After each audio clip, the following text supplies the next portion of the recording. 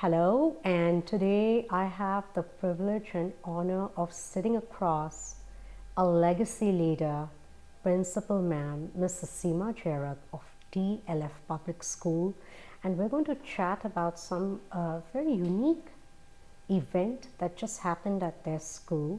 It's the first time in India we've had such an event, and I'd like to hear her thoughts. So, Seema Ma'am, it's been quite a day today.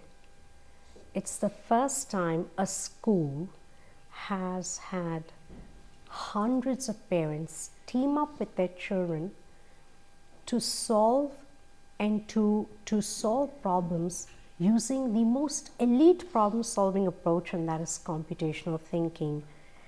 There's a lot of firsts here. First, parent student maths competition. First computational thinking event. So what are your thoughts about today? I mean, I was just so happy, but there's a lot of thoughts around it.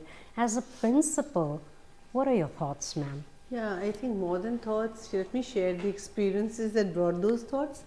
So I went around the school as the competition was going on, and I saw deep engagement.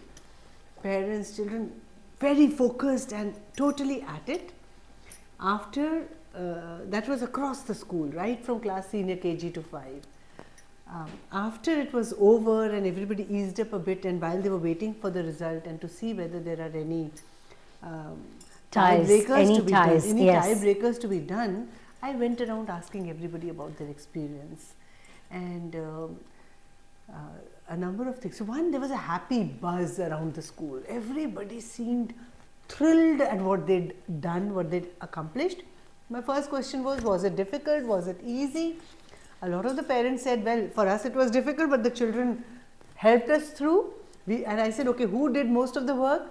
So it was mostly the children teaching the parents to do it, and they did it together.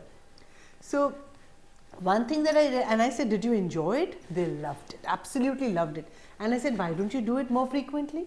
And that's when I realized that very few of the parents knew that there is actually a family ID that they have, there's a family link that they have.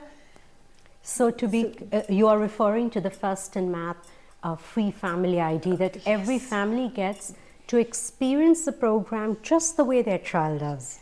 Yes. And to, so that they buy into it and they encourage their children to do it. Otherwise, parents never sometimes know what is the difference between productive screen time and screen time that's not productive. So this is productive screen time where children actually are engaging, learning numerous skills. That's a great point. Of the future. The second thing that I realized when I asked around, okay, how many of you enjoyed it? Do you enjoy playing alone, or did you enjoy playing with your parent more? Everybody, 100% of the answers were we enjoyed playing with the parent more. And today we understand that there is this relationship crisis where really there is a breakdown of communication also between parent and children. So I thought, and we have a number of programs that we use to address that. But I immediately realized that this would be great for relationship building. And I said as much to the parents that, all right, if you can invest 20 to 30 minutes every Sunday or every Saturday, just that much for a week, it would be great for your relationship and mental well-being of both the children and the parents. So I thought that was another advantage I never saw of FIM before this. Neither had I. So that perspective was very unique.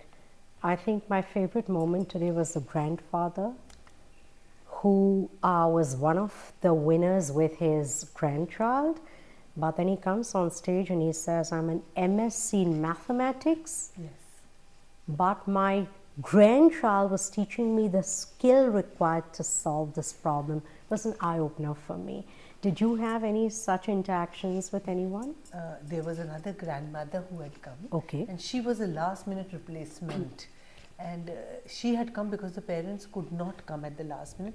She had a bandage on one eye, her head was bandaged, but she had come so that her grandchild could actually compete.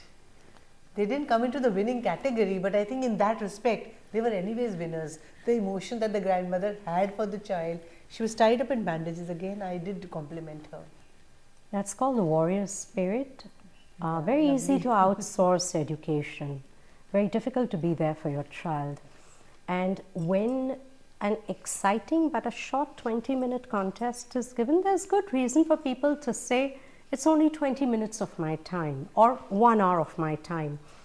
So, ma'am, were you expecting that an elite problem-solving skill like computational thinking? Because when I tell people, hey, it's a 4-step process, it's decomposition, pattern recognition, abstraction, algorithmic problem solving. Did you think that your youngest of learners, the kindergartners, would actually do this? Look, I trust FIM. I wouldn't have thought my children could deal with computational thinking, but the way you've broken it down, there's this very gentle gradient and the way it goes up as the children grow older. So I was very confident they would do it. When I asked parents, did you find it tough? Most said yes. We hadn't even heard of RPS chess, but the children knew it. They taught us and we could do it. I was confident they would do it because they're doing it at home. That's really, again, that makes me happy because it's your leadership. When leadership has faith in what children can do, the doors are wide open. So what I saw today, because my experience is across many different demographic and school, is that your children demonstrated not just academic engagement, there was behavioral engagement, there was cognitive engagement, and then there was that emotional engagement, all 4 parameters. And that emotional engagement is what I actually am celebrating. Yes. That's what I was talking about because I saw it. And I saw it in every one of the 37 rooms that we had the competition in. Fantastic. So anything else, ma'am, you'd like to share? How did you feel about that School of Future Legends title conferred upon you, or your school rather? So you're always coming up with something new, and it is an honor to be one associated with you. And I have been an educator for 38 years, but then sometimes looking at things from your eyes, I see another angle. That makes me feel rich. So the way you brought out that the 5 points why this school deserves to be called the future yes, School of Future Legends. School of Future Legends is because of the way the children are responding to this gamified avatar of mathematics, the way the teachers, so that's another way of looking at it, and it was very, very, only you could do it. Now that credit goes to Robert's son, because there were 2 or 3 extraordinarily the schools that had implemented the program in unique transformative ways, and he decided to confer these titles. And I thought to myself, in India, when I see these 5 parameters, that's when we are going to do it. And I saw it right here. What we saw is, number 1, there are school stakeholders, decision makers who really love the program, but as early as 9-10 years back, you brought this innovation of scientific game design to your school when game design was a taboo. And you and director Dr. Magnani ma'am, see, we keep hearing people say on panels, oh, you must be the change. Be the change comes from action, and you are that change. And that to me was that number 1 reason. And the number 2 is then you see trickle down to your students, and your students were demonstrating all those skills of self-direction, self-motivation, future. They were so driven. They were so, math was more like, we're just here to do something that keeps us engaged and stimulated. What I loved most is they've developed, so some parents were sharing today, 2 parents, they give concrete examples of how, actually one of them I'll share with you is a lady, Mrs. Bhalla, and she's, I believe, a investor, and she's an investor or she has some holding in a stock market firm or a stock trading firm, and her young son used FIM to transfer his learning, and he told his mom that if you do this, don't you think the percentage of your earnings would be more on that? And she shared that, and she's saying, wow, I give full credit So there are people who've said there's transference of skills. So that to me was big, the parent, the student, but I'll tell you the transformation of your teachers. In the beginning, it was a shock to them. How do we use scientific game design? But what I see now is each year we bring best practices to you. You embrace. Yesterday, Dr. Mignani, I shared something with her. She said, I want to do this next year. So this was something about taking direct correlations and sort of baseline data, but then using a standardized instrument to measure growth versus using our own internal measure. It's time for us to do. So every time I get something new, teachers, you embrace it, teachers embrace it, but this was the first year teachers took the best practice of having those evidence of learning trackers and they adapted it to suit their children's needs because you have a sustainability development goal. You all wouldn't print papers and they found a way to do it. Today your teachers have become creators. I didn't even do my workshop this year.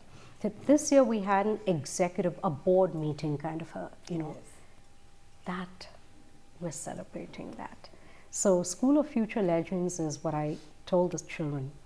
Every morning you're going to wake up and tell yourself the kind of thinking skills your grand champions and champions have right now, right? And actually most of your players have. We gave away 400 awards, I think. Yes, because they have all crossed mathematician level. In all, we have 750 children in these classes. 400 are awarded. 400 of them are, they have solved more than, I think it was mathematician, therefore each of them have solved more than 7,000 problems. And to me, and then the range was, the upper bounds was 68,000. And no surprises, the parent themselves. 90,000 also. There were some children with 90,000.